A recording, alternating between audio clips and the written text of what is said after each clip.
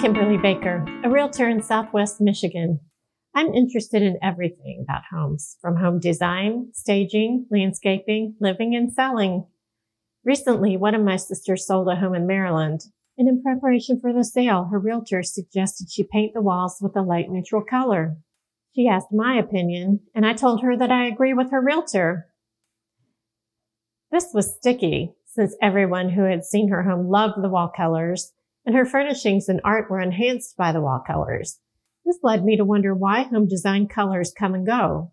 Most of us have our own favorite colors, and today almost any color and pattern is available in home decor.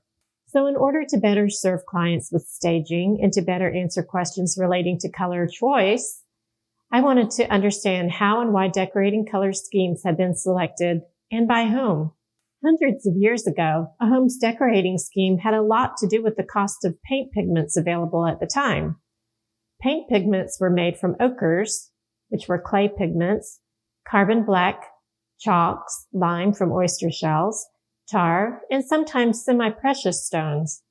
Iron oxide is an example of an inexpensive paint pigment, and as an example of cost being a deciding factor, consider barn red for barns. The sheer volume of paint needed to cover a barn would have required an affordable paint. The color of barn red paint historically included an inexpensive but protective red iron oxide pigment, which may explain why barns were almost always barn red. What started as a very reasonable choice based on expense has now become tradition. Curiously, a similar red color was found to have been popular for homes in colonial Williamsburg. One such home was owned by a wealthy colonist by the name of Peyton Randolph.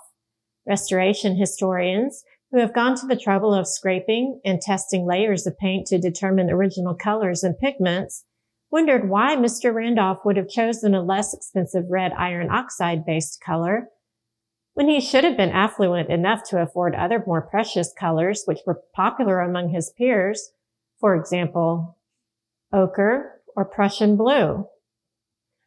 The researchers concluded that Randolph may have chosen red. From a distance, at least, his home would have had the appearance of a more desirable and expensive red brick home. 3 cheers for a very effective design strategy. Like colonial Williamsburg, the historic city of Charleston, South Carolina has interesting color stories. If you've ever traveled to the South Carolina Lowcountry, you might have noticed the deep green, almost black color used on shutters and doors of many Charleston homes. This green, called Charleston green, is rumored to have gained popularity when black paint was provided to the city during Reconstruction following the Civil War. Charlestonians, who were used to much livelier colors, and who may have felt a bit salty or rebellious, said thank you very much for the kind gift, but nope to the black. They mixed in yellow pigment, and voila, Charleston green was created. Okay, so this is just barely not black, but technically not black, so there. You might have also noticed blue on porch ceilings. The name paint blue is used to describe this color, and its origin is ascribed to the Gullah culture in the South Carolina Lowcountry in order to protect a home from spirits. Ghosts were believed to be unable to cross water, so a color resembling water was used so the spirits would not dare to pass over, under, or through it to enter the home. Interior colors would have been chosen based on availability of pigments and would also have reflected the fashion of the time. In Victorian England, for example, potted plants and the color green were popular in home decor. Wallpapers printed with green ink containing arsenic were often used and contributed to the poor health of the homeowners unbeknownst to them. With many interesting tidbits available to discuss regarding the history of color as it relates to home design, in the interest of time, let's fast forward to the 1950s. With greater care taken to reduce the toxicity of home design materials and paint prices not related so much to the cost of precious pigments, folks were free to decorate using whatever colors and materials they loved the most. Colors like pink and yellow had a moment, presumably fashionable and cheerful colors chosen by the housewife. But those colors transitioned to the avocado green, mustard yellow, and brown that became popular in the 60s and 70s. These colors were found in carpeting, wallpaper, curtains, furniture, even kitchen appliances. Then, in the 1990s, green and mauve and florals were popular in textiles and wallpaper. So back to my original question, why have home design colors come and go? With the price of paint pigments no longer a factor, and with every option available, who decides what is and isn't popular in home decor? And why do we have a color of the year? In my search for information, I learned that WGSN, based in London, predicts the wants and needs of designers worldwide. They claim to be the global authority on consumer and design trends.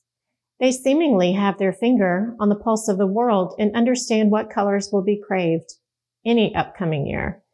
Their predictions are available to designers in all aspects of decorating, from appliances, textiles, and paints. No doubt Pantone considers the prediction of WGSN in selecting the color of the year.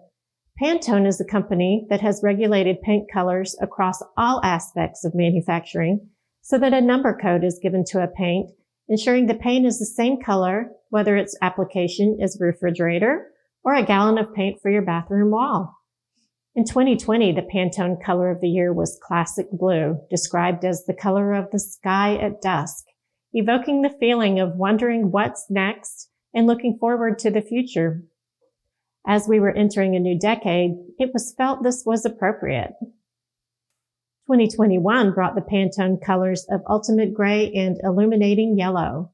These colors were thought to represent optimism and resilience. During a year of pandemic, this is understandable. 2022's color is Very Peri. This periwinkle color evokes the calm and freshness of lavender, another well-thought-out choice for a world coming out of pandemic. In the past, colors in decorating were chosen based on affordability and availability of pigment, status, fashion, superstition, and other reasons I won't take the time to discuss now. Maybe another time. But nowadays, color choice drives an entire industry.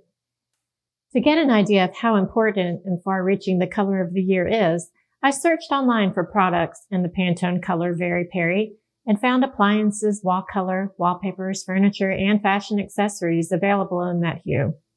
Decorators showed examples of Very Peri in all sorts of applications. It's helpful to see examples of how color can be used effectively. But the color of the year is just a suggestion. Would you get rid of your favorite yellow shirt because periwinkle is in fashion this year? Probably not, unless it's tired and worn.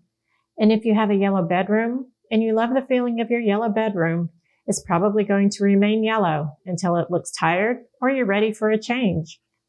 Design trends are only that, trends, but they are helpful if you're looking for an inspiration. As a realtor, it's important to assess a home's decor and how the decor may affect a potential buyer. Colors affect everyone differently. Yellow might energize one person, but make another person anxious. Green may feel peaceful for one person, but depressing to another. Because everyone has such strong feelings about color, realtors generally suggest neutral light colors for new listings. Besides feeling clean and bright, light neutrals are easiest to work with when staging a home, and while one could argue that they feel bland or sterile, at least they're not likely to be offensive. If a realtor has suggested that you refresh your walls with a light neutral color, please realize this is the voice of experience offering you a relatively inexpensive way to attract interest in your property. And preparing your home for a buyer is a really good way to psychologically detach from your home. Now, who wants to know what the 2023 color of the year is? Magenta! And now that you know, you can look for it. Thanks for joining me.